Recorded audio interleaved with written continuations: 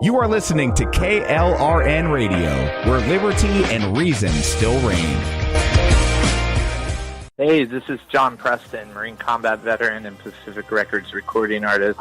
Just reaching out to have you check out our new album, Battle Cry, Songs of America's Heroes, an album featuring phenomenal other combat veteran artists like Scott Brown of the Scooter Brown Band, Ryan Weaver, Rowdy Johnson, just an incredible mix of people. This is all veterans telling our stories and our lives, and we're giving 100% of our proceeds to the Valkyrie Initiative to help veterans and first responders integrate back into society. I myself have battled with post-traumatic stress for many years and lost my own brother, a Marine Corps veteran, to suicide. I ask that you step with us and make this happen. We are in pre-order right now and release on March 17th. Go to iTunes, go to Amazon, buy. We plan on making the charts and making it at a very high level, and your support right now makes a difference. This is the release of my new song, Superman Falls, which is actually about the loss of my own brother, which happened last year, and I would love for everyone to check it out, to listen, and hopefully it'll make a difference in many lives. Here's George Foreman with InventHelp. Hi, I'm George Foreman. Do you have an idea for a new product or invention? People ask me all the time, George, how do I get my idea in front of companies? How do I get a patent? What do I do next? Do you have the same questions? I'll tell you like I'll tell them all. Call my friends at InventHelp. Call InventHelp today for free information. InventHelp has been helping inventors for more than 30 years and has sales offices nationwide. InventHelp can submit your invention to companies who are interested in receiving new ideas. If you have an idea and want to try to patent it and submit it to companies, you should call InventHelp today for free information. Listen, I can't guarantee a company will be interested in your idea, but I believe every inventor deserves the opportunity to step into the ring and take their best shot. Put InventHelp in your corner. To get your free inventor's information, call 1-800-353-6490. That's 1-800-353-6490. Again, 1-800-353-6490. KLRN Radio has advertising rates available. We have rates to fit almost any budget. Contact us at advertising@klrnradio.com.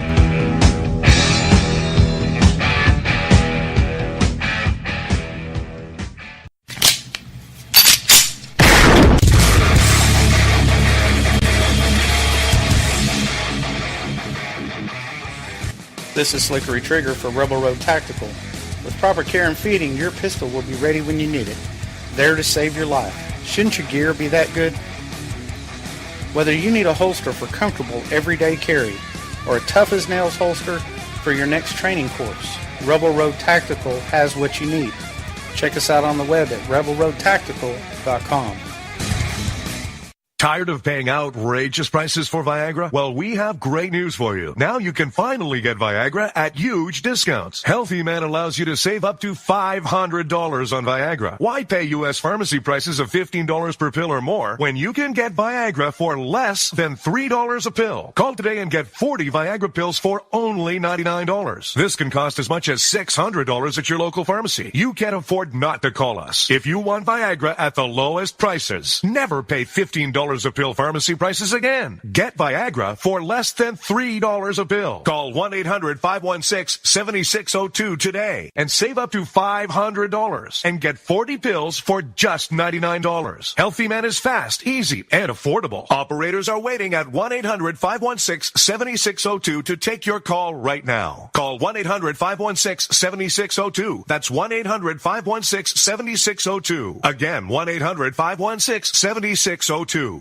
If you're 85 or younger, would you like peace of mind and comfort for your family? We're Final Expense Direct with an urgent message for you. The average funeral today costs over $8,000, but the most you'll get from government benefits is $255. How will your family pay the difference? We can help. Our senior plans start as low as just $1 a day and pay up to $30,000 for a funeral and other final expenses. Peace of mind is easy. There's no medical exam. You'll have lifetime coverage, and your plan can't be canceled as long as you pay your premiums. Call now for free information about our senior plans. Answer a few simple questions and receive approval right on the phone. Plus, call right now and we'll give you a discount prescription card for free. Call 800-553-8687. That's 800-553-8687. Again, 800-553-8687. 8687.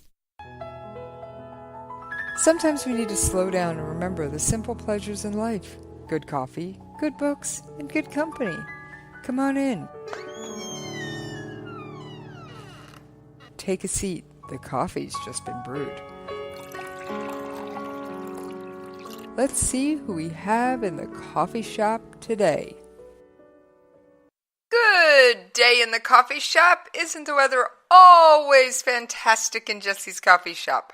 You guys ought to know what I'm looking for by now. I'm looking for the book. The book on the table. Where is it? Where is it? There it is. And it's titled Alexandria Rising. And the name on the cover is Mark Wallace Maguire. How you doing today, Maguire? Hey, I'm fantastic. How are you doing? Couldn't be better. All right, Thanks so much for having me in the coffee shop. It smells wonderful in here. Oh, I always love having guests in the coffee shop. In fact, why don't I pour you a fresh cup of coffee? Oh, that sounds great. All right, you've got to tell me a little bit about this book, Alexandria Rising. Yes. This is they call it an action adventure book that would incorporate some historical fiction and thriller and perhaps just a small dose of science fiction, but it's an action adventure novel. Our main character is Rand O'Neill, and the elevator pitch is his grandfather left him with a final request: destroy a mysterious map. What should be a simple errand leads him on an adventure where he discovers humanity's greatest secret. Okay. So that's the nutshell without any spoilers. That right there has me wanting to pick this book up, but I've got to wait till the end of the interview. Awesome. Well, I've done my job well then. All right. How did you come up with the name Rand O'Neill for your protagonist? Well, that's one of those things. I wanted to do something with an Irish, last name. My last name's Maguire. I have some Callahan in the family. I wanted something to kind of have fun with that. And I'll be honest with you, Rand, it came to me. It wasn't an epiphany. It wasn't in a flash of lightning or, something. I was just writing, and for some reason I wrote Rand. I guess I kind of liked the way it's a little unique. It sounds strong. And then I researched it, and not to sound too wonky, but it's actually an ancient word for wolf shield.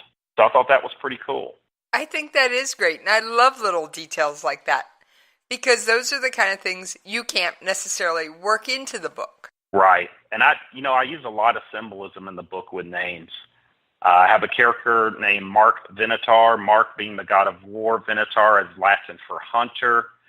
I have a lot of that kind of stuff in all my books, but Rand was just kind of a happy accident. I was like, well, how can I make this, neat? And a little bit of research went a long way with that piece of luck. So, how long did it take you to write Alexandria Rising? I'll tell you, it took about a year and a half. I started, and about 4 months into it, after I'd finished the first draft, I was in a serious bicycle accident. So I took about 3 months off, and then I just came back and wrapped it up in probably 3 or 4 months. That's great. And I've actually had multiple editors tell me you need time and distance away from your manuscript before you edit it anyway. Yes, that is critical. I've had some books where I kind of plowed through and I should have taken more time away. And when I'm writing, and I always put the date at the top of the document, like last updated on the date. And if I come back and it's been more than a week or two, I feel a little bit better because I'm not so close to it. That's great. That's a great strategy. It's a whatever works for you kind of strategy when it comes to writing. I've learned that by talking to so many authors. I'll tell you, everybody has their own way to approach it.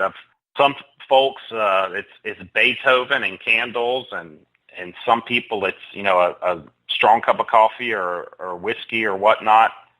And, my own way of writing has always been, I tell people I write in the margins of life.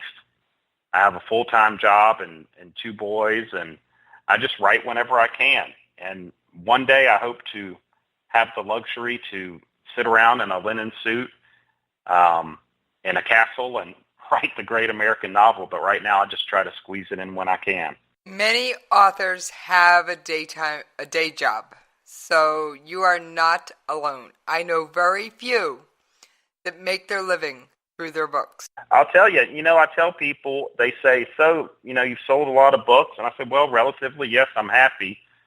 And then they look at me and I have to remind them that, as you said, 99% of authors still have a day job. But everybody looks kind of to the 1%, the Harry Potter books, for example, and they go, hey, you aren't like J.K. Rowling. And I'm thinking, I'm really happy with what I've sold, but like you said, you don't generally get rich. You do it because you love it. Now, speaking of writing, there's always something in the editing process that has to come out because it's bogging the story down. It's a character you love, but it just doesn't fit. There's always something, a scene, something. What was the one thing you had to pull to make your book work? I think the main thing, actually, I had to put something in. What in my book now is Chapter 8 was originally Chapter 1. And the first sentence was, the knocking at the door would not stop.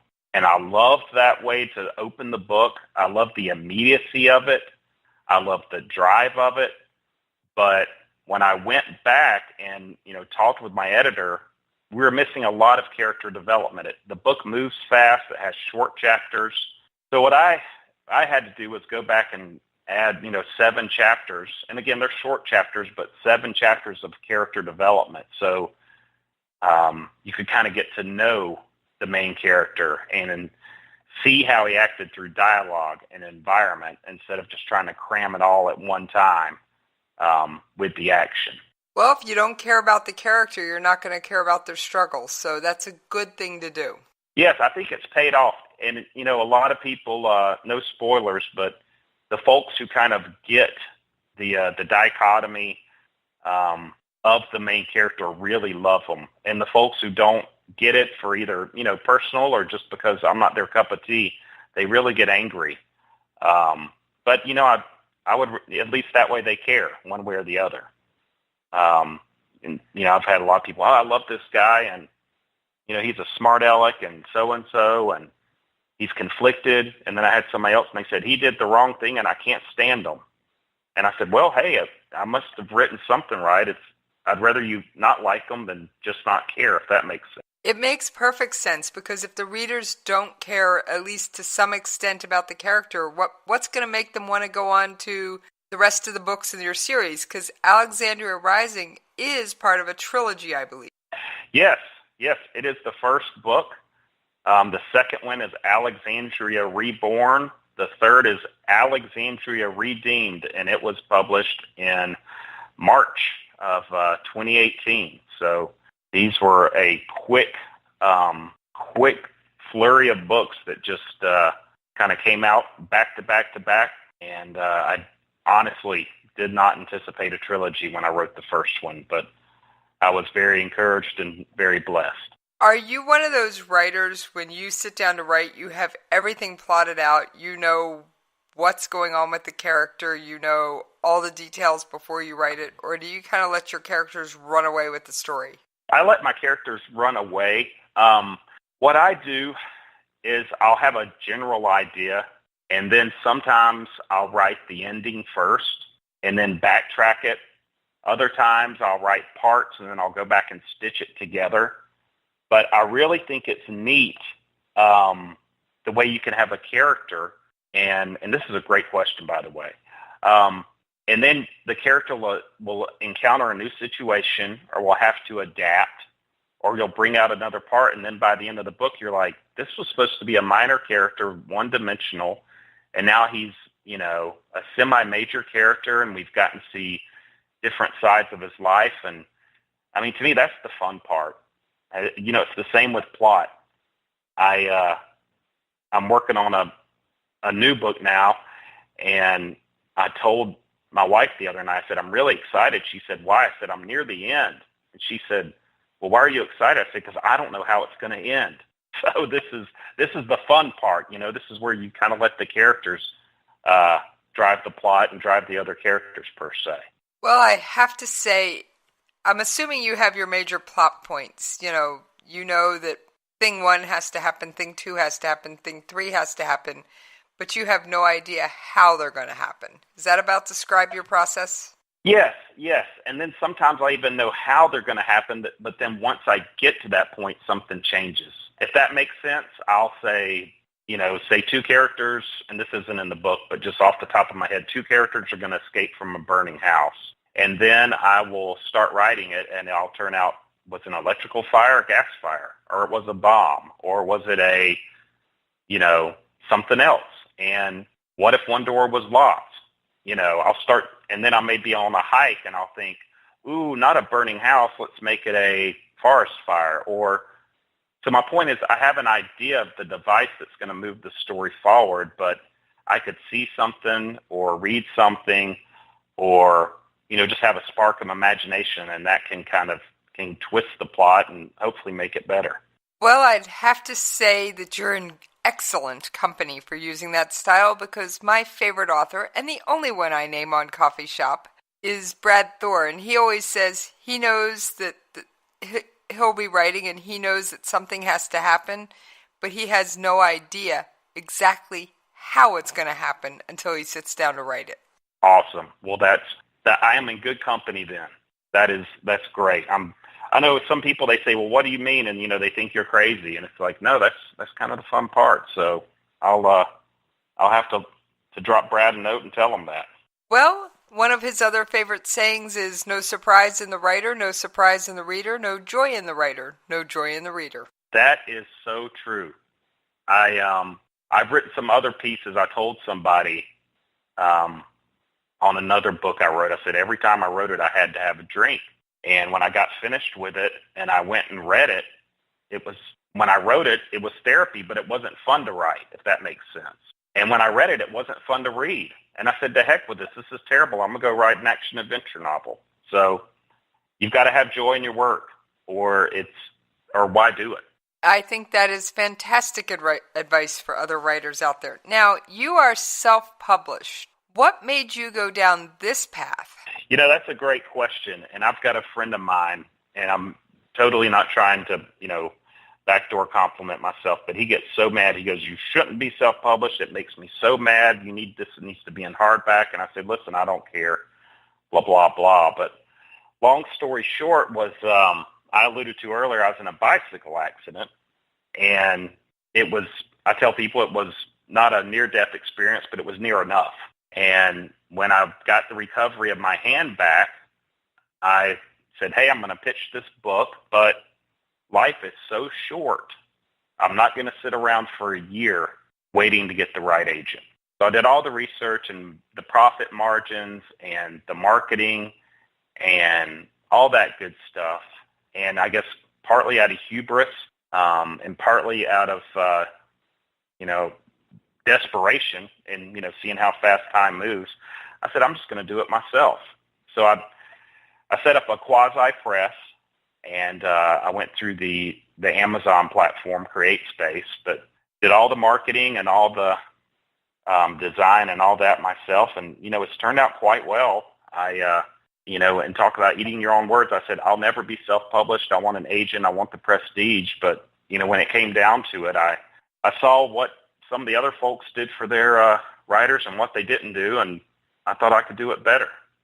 So I'm kind of sticking to that formula. Well, that's great. Now, I've got to ask about the cover. How did you did you design your cover yourself, or did you hire someone else to do it? How did you get the book cover? Yes, I designed it myself. I was very blessed. I have worked in media for 20 years and have designed tons of magazine covers and newspaper, front pages.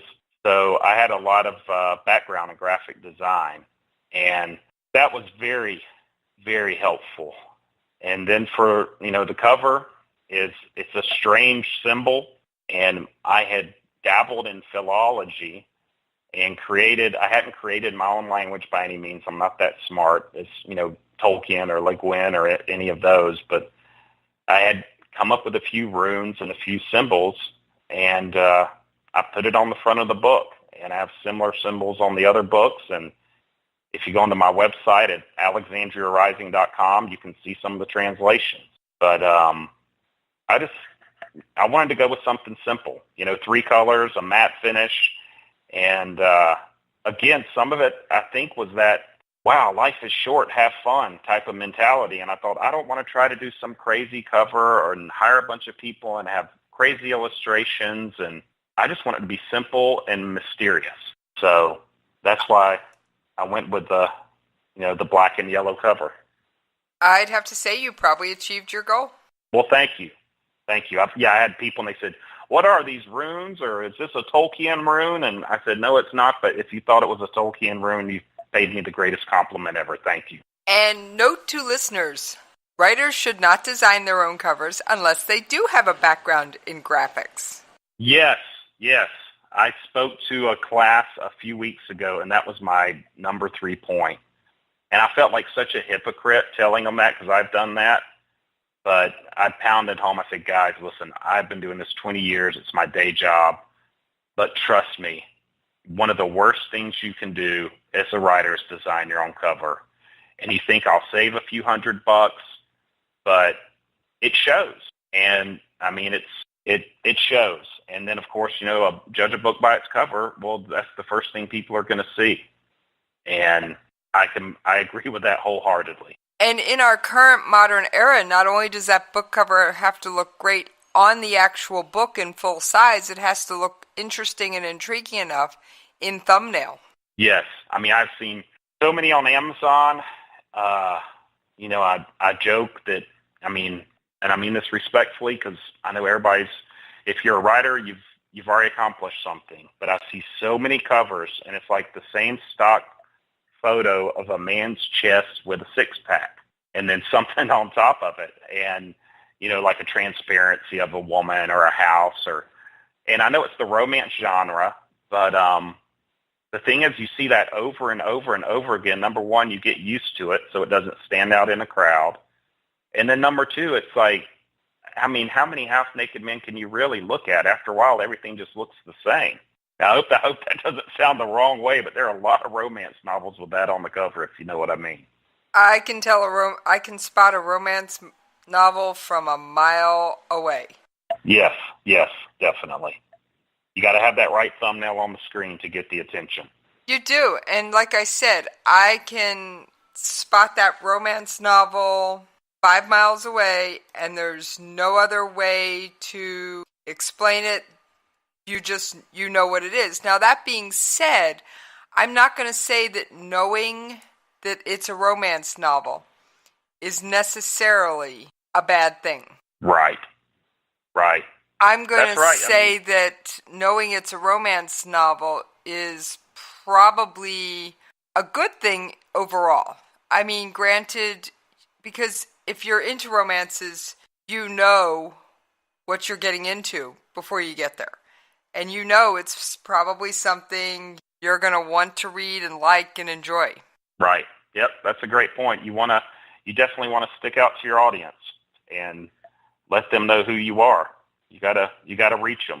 And I think that's one thing interesting too. On the flip side, with some of the more, I guess, fantasy books, some of the early, Lord of the Rings covers that were symbols and interesting fonts, and Susanna Clark with her books, they're you kind of know what you're getting to. I think, and not to go off on a tangent here, Jesse, but I think a lot of people, authors and so forth, they try to put too much on a cover, and I think sometimes simplicity is good. If it's got a good title and good graphics, you know what you're going to get. But if you try to over-explain it, it's like anything else. If you have to tell me what the song is about, it's not a good song. Right. It's one of those situations where the fact that it is almost an industry standard type item is one of those, all right, I know this is going to be this kind of book, and that's the kind of book I love. It's the kind of book I sink into when I don't want to think, I don't want to do anything, I just want to relax. Or this is the kind of book I love to read when, quite frankly, the real world's getting to me, and I want to be transported to a land that doesn't exist. Definitely. So I think having some sort of industry almost norms, you can spot a romance book a mile away, the same way you can usually figure out a science fiction fantasy, and I can usually pick up on thriller books. Yes, I read thrillers. It's not the only thing I read. Trust me, I've said this before. I'll say it again. I'll read anything if it sits in front of me long enough. That includes the cereal box. Yes. And what you were saying about, getting transported away, I think is so key right now. The gritty reboots and the, everything being based on a true story. I mean, there's a place for that, but I just feel like right now with the overload of information, people kind of need that more than ever with a good book. Exactly, and there is absolutely nothing better than just picking up a good book and getting lost in the pages. And when an author's done his job correctly, you are just absolutely sucked into their world. Yes.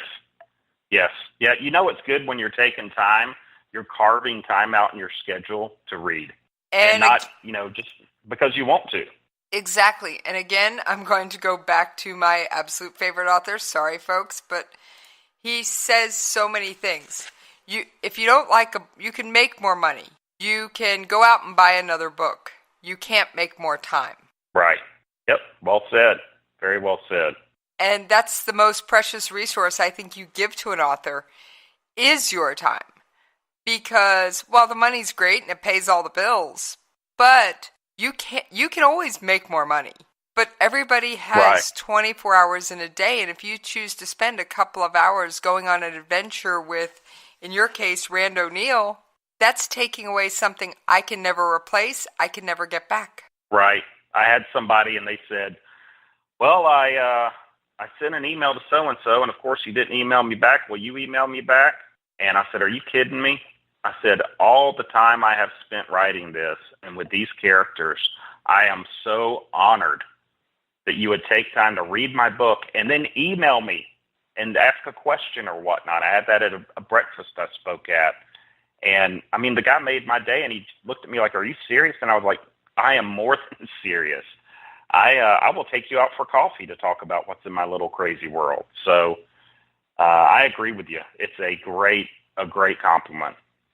And I am the folks who have read my books and who've, corresponded on, email or Facebook or just, in the grocery store at an event, when I tell them I'm honored and I'm grateful, it's not lip service. It means a lot. So you let the cat out of the bag. You're working on another book. Is that going to be a continuation of the Alexandria Rising Chronicles, or is that going to be a whole new adventure and a whole new character? Wow, great question. This is a whole new adventure. The Alexandria Rising Chronicles are done as of now. I've got a piece of sideways fiction I promised someone I'd have out by Christmas, just a little 5,000 word, short story on a character. But for right now, I'm going to let them marinate. And to give you a long answer, one of the interesting things about the Alexandria Rising Chronicles is they take place in the present world. And so a lot of what I had to do was research, because I believe if you're asking a reader to suspend their disbelief, then you need to have some things that are grounded in reality. So I would research how far can a Learjet go on one tank of fuel against the jet stream, or things of that nature. And that stuff was great, but by the end of it, I was kind of tired of, doing all this research. So my point is, with the new book, it takes place either 5,000 years ago or 5,000 years from now. It's new characters. It's written in first person. Alexandria Rising was third person. It's kind of a young adult fantasy novella, and it's a lot of fun. I mean, you have to have the same consistencies with plot and character and dialogue, but I'm enjoying not having to call my uncle, who, is an arms enthusiast, and say, give me another type of weapon my character can use. I'm tired of an M16, and he'll, talk to him for half an hour, which is fun and I'm grateful. But with this, I can just say a broadsword from the land of so-and-so. So it's really refreshing. It's freeing. And I hope to have it out by October. Well, that sounds like a fun adventure. And by the way, I love repeat guests in the coffee shop. Oh, very good. And I'm sorry for the long answer there, but it's kind of my MO to tell everybody, because I think some people are going to read this and they're going to say, where are the guns and where's the spies and where are the secret, passageways? And I'm like, hey, I had my fill of that. It's time for archers and sword fights for a while. I do have a question about the Alexandria Rising Chronicles. Yes. What was the one fact that was the hardest for you to track down, that one bit of information you chased? Oh, my goodness. Oh, you're good. Oh, let me see here. Wow. I would say, goodness gracious, I would say probably structural engineering. And I know that sounds boring, but in the second book, there's a scene where they're dealing with structural engineering, and I don't get wonky with it. I don't want these books to be boring, but I had to study sediment settlement in the western United States, structural engineering as it involves a building, and 8 different types of explosives. So that was, again, without getting too much in the weeds to it, and that was basically for a paragraph. But I wanted to make sure that when I said this type of explosive was used that caused this type of fissure, it would have this type of effect on a building. Does that make sense? Makes perfect sense, because while you are asking readers to suspend disbelief, you don't want someone who actually knows what they're talking about to pick up your book and go, well, they didn't do their research. Right, yeah, I didn't want to say they set a bomb off in the mountains and it messed up the building. I didn't want to be too nerdy about it, but I wanted to know, what kind of explosive it was and would this really work? And I wanted more than mess up the building. Would it cause superficial cracks or would it actually damage the structure? And, and again, even if that's just 3 sentences, again, like you said, it helps make it believable. I have spoken to many authors on many books and many topics, and I will offer you 2 compliments here. One, the difference between a good book and a lousy one is the fact that you used an editor. The other difference is the fact you got your facts right. You did your homework. And I have seen too many times, and this will cause me to put down a book faster than anything, where they are discussing a modern handgun, such as a Glock, and they'll say that the character put another clip in their Glock. And I'm going, no, it's a magazine. Clips over hair, paper, and ties. Yep, that is so funny. My uncle, who I mentioned, my Uncle Bruce, he hammered that into my head when I was writing these books. He said, it's called a magazine. I said, yeah, whatever. And he said, no, seriously, it is called a magazine. If you do not have that, the people who read, Vince Flynn and Robert Ludlum and these Ian Fleming, these authors you've been compared to, they aren't going to like it.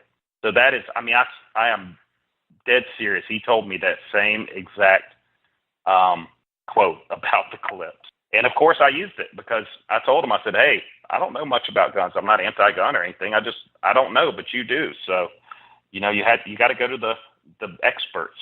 Well, that is one thing, like I said, that to me makes the difference between an okay book and a great book. So it sounds like you have a great book on your hands, and I'm already going, I want to read this, but I got to wait till the end of the interview. All right. Awesome. It has reached the time where I need to pour you yet another fresh cup of coffee. Oh, good. And we will pay those radio station bills, and I will see all of you on the other side. Most writers and radio show hosts know that to connect with your fans, you need to do more than just write books or record the latest podcasts. There are many different elements that go into forming an online platform, but there are also many hidden traps. To make matters worse, solid advice on how to survive the muddy waters is scarce. In the book Hidden Traps, I talk about some of the important issues of working with an online platform, highlighting traps that could put your physical or internet security at risk, or be harmful to your reputation. Are your social media posts just links with a few disjointed words, making you look like someone who can't complete a sentence? Did your new website cost you more than you anticipated? Are you leaking your personal contact details across the web without even knowing it? Then you need Hidden Traps. Hidden Traps is now available in paperback and ebook from a variety of retailers, including Amazon, Barnes & Noble, and Kobo. Visit blackwolfpublications.com for more details. If you're 85 or younger, would you like peace of mind and comfort for your family? We're Final Expense Direct with an urgent message for you. The average funeral today costs over $8,000, but the most you'll get from government benefits is $255. How will your family pay the difference? We can help. Our senior plans start as low as just $1 a day and pay up to $30,000 for a funeral and other final expenses. Peace of mind is easy. There's no medical exam. You'll have lifetime coverage, and your plan can't be canceled as long as you pay your premiums. Call now for free information about our senior plans. Answer a few simple questions and receive approval right on the phone. Plus, call right now and we'll give you a discount prescription card for free. Call 800-553-8687. That's 800-553-8687. Again, 800-553-8687. KLRN Radio has advertising rates available. We have rates to fit almost any budget. Contact us at advertising@klrnradio.com.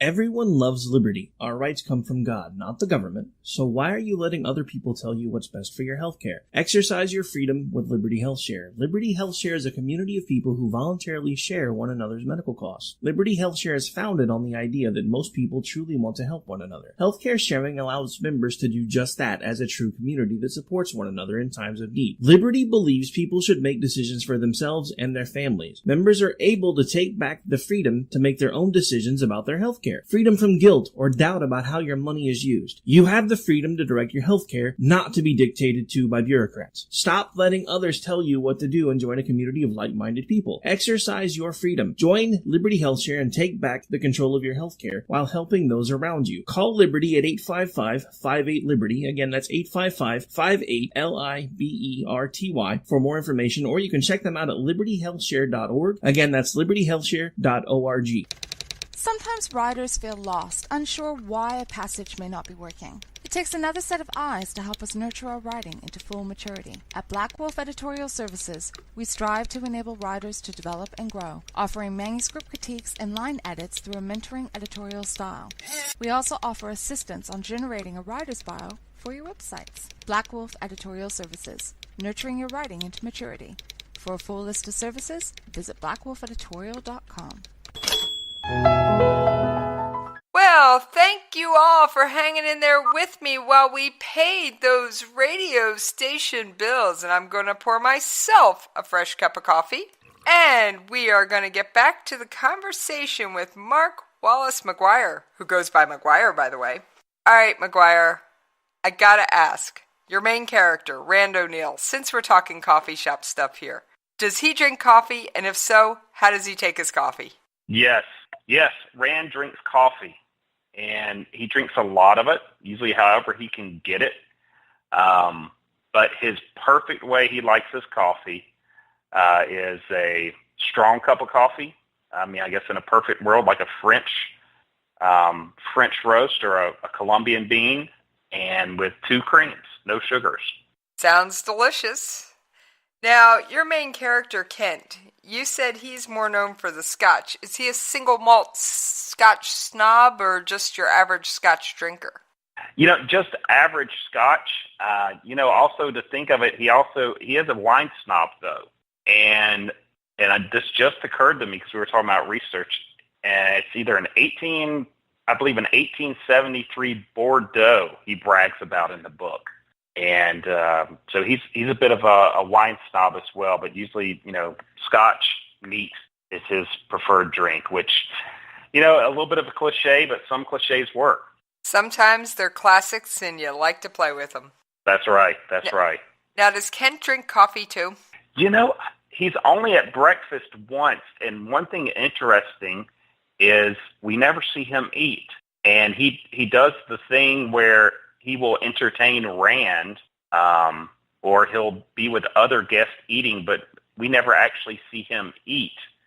And so at breakfast, I believe there's a scene where he has, a sip of coffee, a sip of tea, but otherwise it's just kind of the vices with him, the scotch in the afternoon or the wine snobbery. And I really should have done more research on that. That was a great question. You never know what I'm going to pull out. I'm telling you, you've kept me on my toes all day. Oh, that means it's been a fun interview, and it'll hopefully keep the listeners' attention. So, definitely. What's your favorite coffee shop treat? I enjoy a strong French roast with a little bit of cream. I used to work in a coffee shop for about 6 months a long time ago, and I tried literally just about every drink you could make. I think the craziest one was like 4 espressos with peanut butter mocha chino. And after all that, I just kind of come back to the basics. Just give me a good, strong cup of coffee, maybe 2, and I'm happy. Well, I think this is the first time I've ever said this on air, but I like my coffee with 2 creams, 3 sugars. So you like your sugar with coffee, as they'd say? That 3 sugars is in a 36-ounce cup. Oh, I gotcha. Well, I used to drink coffee black because I think thought I was like a cowboy and I was strong, and then I reached a certain age and I realized I love the taste, but I like it a little bit more with cream. So whatever works for you. Yeah, I have a giant travel mug. Holds 36 ounces of coffee, so I don't view 3 sugars in that as too much. Now, if we're talking a standard 12-ounce, I put 1. Right. But I gotcha. I don't think you can knock me saying I like a little coffee with my sugar for 3 in a 36-ounce cup. No, you can just tell I've been at the butt end of too many jokes on that through the years. So I have a friend who it is a little bit of coffee with their sugar. They literally, their sugar scoop is a physical tablespoon measuring device, and they'll put 4 into their 12-ounce mug. Wow. Yeah, that'll get you going. That'll get you going real quick. Yeah, not my style though. All right, so No. you have a lot of people drinking things and not a lot of not a lot of eating going on. So Kent and Rand actually get together in the book, I'm assuming on multiple occasions. Yes. It's very, I believe there's like 2 dining scenes where I describe the food, but primarily, the vices. They actually get together quite a bit, and Kent he knew Rand's grandfather and father. And, not spoilers here, but he quote entertains him. And there's one scene that I really like where Rand comes down to eat and Kent's there with somebody else, and it's a beautiful dining room, and Rand says to himself, where's the guy in the malcoat and the cap? This looks like a James Bond scene. But so it's a little meta there, but yes, and that's kind of one of the things I wanted to incorporate was the kind of psychological suspense element of it. And I suppose part of that was inspired by That Hideous Drink by C.S. Lewis, but how you can be so close to your enemy, and yet there's this kind of false gentility about it, if that makes sense. Oh, that does make sense. It's it almost goes back to keep your friends close, but your enemies closer. Right. And really wanted that, where Kent he's pulling the strings, so to speak, and Rand just really doesn't quite know what he can do. But again, it's that, the old saying, let's break bread together, and it's a way to get to know each other.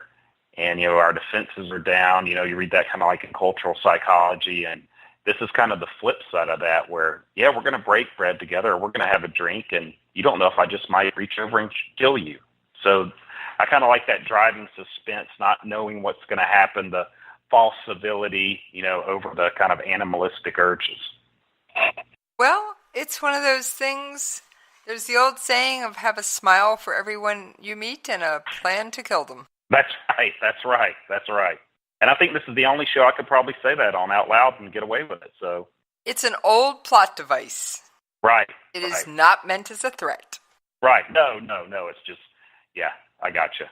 It's wonderful. It's just one of those, I've heard it said by military leaders, I've read it in fiction novels. It just seems to be one of those, if you are an apex predator, it is in your lexicon. Right. Now, you seem to have a lot of irons in the fire. You said you have a book you're hoping to have out by October, a short story you're hoping to have out by Christmas, and you are in the process of writing how many more books? I've got a nonfiction I hope to have out this year too. Oh, what's the nonfiction about? It's a whole completely different genre, but my youngest son has special needs, and I've written a blog the last few years, quasi-anonymously, called the Special Needs Dad Chronicles, and I'm compiling those together and putting them out as a book. Basically, when I became a father of a special needs child, I couldn't find any book to help me or to relate to or anything. And there's still not a lot out there. There's one or two. But this is more, I don't know if I want to use the word ministry, because I don't claim to have any insight or holiness, but just something more that, if you're a special needs father and, you've just found out your son is, has autism or missing a chromosome, and you're looking for honesty, or help or authenticity primarily, this will be there for people to read and hopefully give them a little lift on the journey. Well, that sounds like a fantastic secondary project. I've always heard it said that every writer has 3 projects going at one time. You have your passion project, your market project, and the book that's out you're currently promoting. Right. Yes, you nailed it. Yes. And, and the whole thing is, too, I told a friend of mine, I said, and then I've got the 10 books I want to write, and I don't know if they'll ever come to fruition. I said, I want to write a comedy. I want to write an experimental fiction. Now, if I actually ever get started on that, I may hate it. But, it's the idea of, just having fun with it. Again, it's having fun with words, making people laugh, giving people escapism and, playing around and see what happens next. Now, are you one of those NaNoWriMo writers? Could you give me a little bit more in depth? You might have just exceeded my vocabulary. That's okay. NaNoWriMo is something that happens every November. It's called National Novel Writing Month, where you strive to write 50,000 words in 30 days. Yes, somebody told me that the other day. I said, you've been writing? And they said, I just did this. No, I'm not. It doesn't exactly come in spurts, but my first novel took me about 1.5 years, as I mentioned. And then the third book of the Alexandria Rising Chronicles was knocked out and edited in less than 16 weeks. So I don't want to say go with the flow, because that sounds too passive, but if the fire's hitting, I'm running with it. But I don't have the luxury or the capability to kind of set out that goal in that time. And I found out I don't write good if I put a deadline upon myself like that. Does that make sense? Makes all the sense in the world. Some people like that deadline because it forces them to keep their 6 o'clock in their chair and their fingers on the keyboard. Other people like to have time to go for that hike in the woods and have a drink in the evening. Right.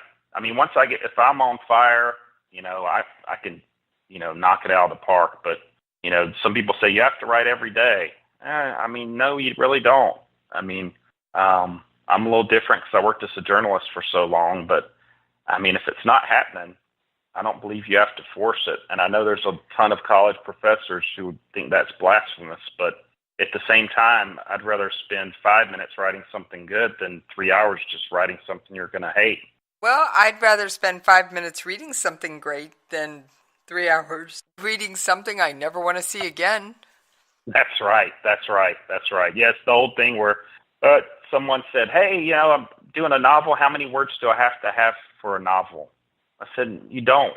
You can call it a novella, or you can call it a book or a novel or whatever. But if the story's told in 10,000 words, don't make it 20 just to fit some preconceived notion of what defines a book. Tell the story. And if it turns out to be 500,000 words, like Lord of the Rings, and it takes you 15 years to write, that's awesome. But if you can write a good piece that you're happy with and, a year and it's 20,000 words, then that's fine too. I mean, Flannery O'Connor, she wrote beautiful short stories, never wrote a novel, but she didn't have to. I think there is one thing I'd have to say about writers. It's okay to break the rules once you know and understand them. Just deciding you're going to be a rule breaker just because you don't like rules at all, that can lead into trouble. Right. I've had it, yes.